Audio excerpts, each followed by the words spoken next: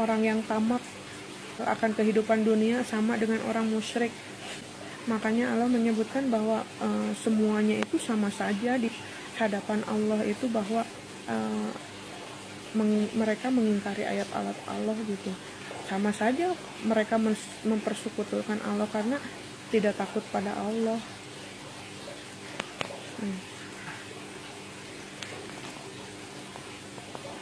Dan Ibrahim mewasiatkan ucapan itu kepada anaknya.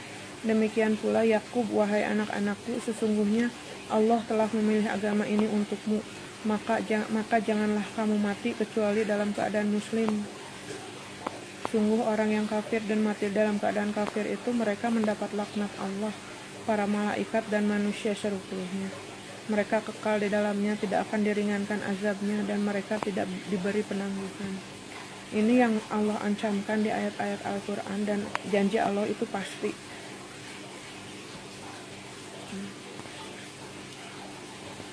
Barang siapa berbuat sesuai dengan petunjuk Allah, maka sesungguhnya itu untuk keselamatan dirinya. Dan barang siapa yang tersesat, maka sesungguhnya kerugian itu bagi dirinya sendiri. Dan orang yang berdosa tidak dapat memikul dosa orang lain. Tetapi kami tidak akan menyiksa sebelum kami mengutus seorang Rasul. Sudah jelas bahwa Nabi Muhammad diutus oleh Allah, dan saya sendiri di sini memaparkan ini bahwa apa yang Allah janjikan, apa yang Allah ancamkan itu ada di situ gitu. Allah sesungguhnya, Allah Subhanahu wa Ta'ala berfirman di Quran surat Al-Hadid ya ayat 20, bahwa kehidupan dunia ini hanyalah permainan dan sementara, dan azab Allah yang keras dan ampunan dari Allah serta keridhoannya, dan kehidupan dunia tidak lain hanyalah kesenangan yang palsu. Ini Allah menyebutkan bahwa memang dunia ini hanya permainan, dunia ini hanya sebentar, akhirat ini hanya yang kekal. Dan Allah di sini ada dua pilihan bagi manusia itu, apakah memilih azab yang keras nanti di akhirat atau memilih ampunan. Ampunan selalu terbuka selama manusia itu meminta sama Allah dan sebelum meninggal.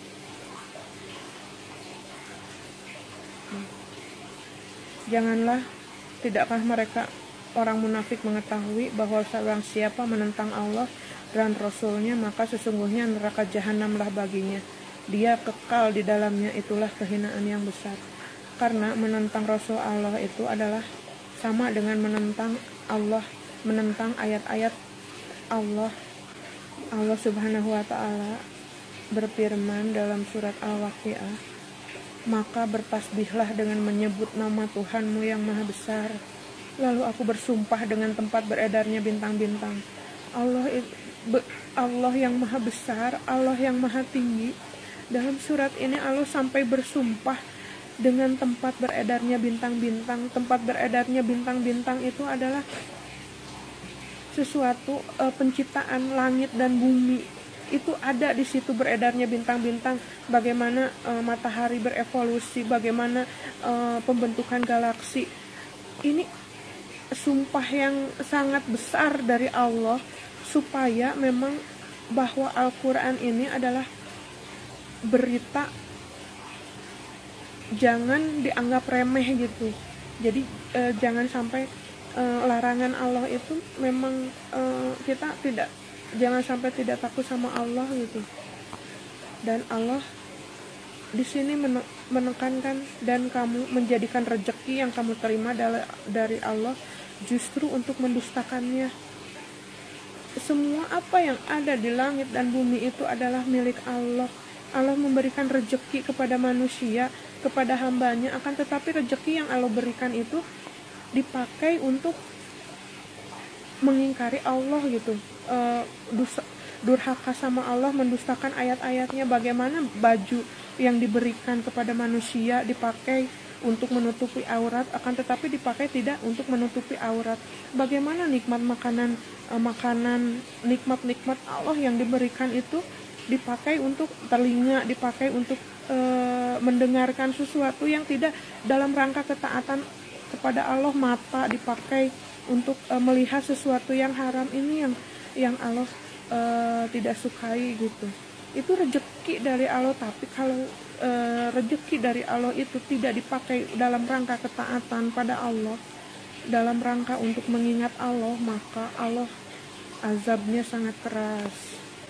Beriman itu disebutkan di Quran surat Al-Mu'minun ini, di antaranya adalah orang-orang yang khusyuk dalam sholatnya. Bagaimana dari Nabi Muhammad itu sewaktu sakaratul maut itu, Nabi menyebutkan bahwa jaga sholat. Di situ semata-mata memang selain memang sholat harus kita laksanakan setiap waktunya ya. Allah mencintai orang-orang yang melaksanakan sholat di awal waktu. Di balik itu juga di dalam sholat kan kita ada mengesahkan Allah, Allahu Akbar. Ada janji-janji kita bahwa seluruh sholatku, ibadahku, hidupku dan matiku hanyalah untuk Allah. Inilah amanat yang harus dipelihara oleh kita sebagai hamba Allah. Bagaimana Allah menjanjikan orang yang kafir, yang mendustakan ayat-ayat Allah itu adalah neraka, maka Allah menjanjikan yang beriman dan bertakwa kepada Allah itu adalah dengan surga Firdaus gitu. Alif Lam Ra, inilah ayat Al-Quran yang memberi penjelasan. Ini jelas kalau Al-Quran ini adalah benar-benar memberi penjelasan, semua isinya adalah benar, petunjuk bagi orang-orang bertakwa, membawa berita, kabar berita dan peringatan. Di sini orang kafir itu kadang-kadang nanti di akhirat menginginkan sekiranya mereka dahulu di dunia menjadi orang muslim. Biarkanlah mereka di dunia ini makan dan bersenang-senang dan dilalaikan oleh angan-angan kosong mereka. Kelak mereka akan mengetahui akibat perbuatannya ini nanti di akhirat. Allah menjanjikan bahwa orang yang kafir ini akan mengetahui kebenarannya. Karena di dunia ini juga sebetulnya mereka mengatakan beriman kepada Allah, bukan kita ini syahadat ya. Kita mempercayai Allah yang Tuhan yang Maha Esa, mempercayai Rasul-Rasul Allah, kitab-kitab Allah, percaya pada malaikat, percaya pada hari kiamat. Akan tetapi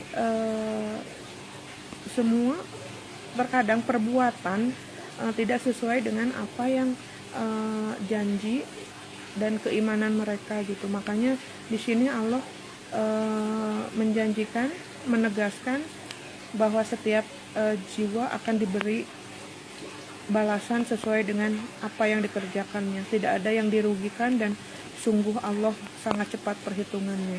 Allah memperingatkan bahwa hari kiamat itu sudah dekat gitu. Allah mengetahui pandangan mata hianat dan apa yang tersembunyi di dalam dada.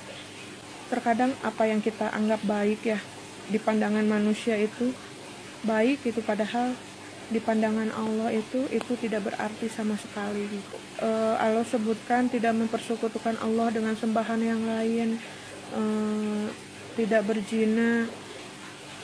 Ini ditegaskan bahwa kiamat itu dia akan kekal dan dalam azab, dalam keadaan terhina, kecuali orang-orang yang bertobat dan beriman dan mengerjakan kebajikan, maka kejahatan mereka diganti Allah dengan kebaikan. Allah Maha Pengampun, Maha Penyayang. Dan barang siapa bertobat dan mengerjakan kebajikan, maka sesungguhnya dia bertobat kepada Allah dengan tobat yang sebenar-benarnya. Akan tetapi Allah di surat An-Nisa ayat 18 itu menyebutkan, sesungguhnya bertobat kepada Allah itu hanya pantas bagi mereka yang melakukan kejahatan karena tidak mengerti, kemudian segera bertobat. Tobat mereka itulah yang diterima oleh Allah. Allah Maha Mengetahui, Maha Bijaksana.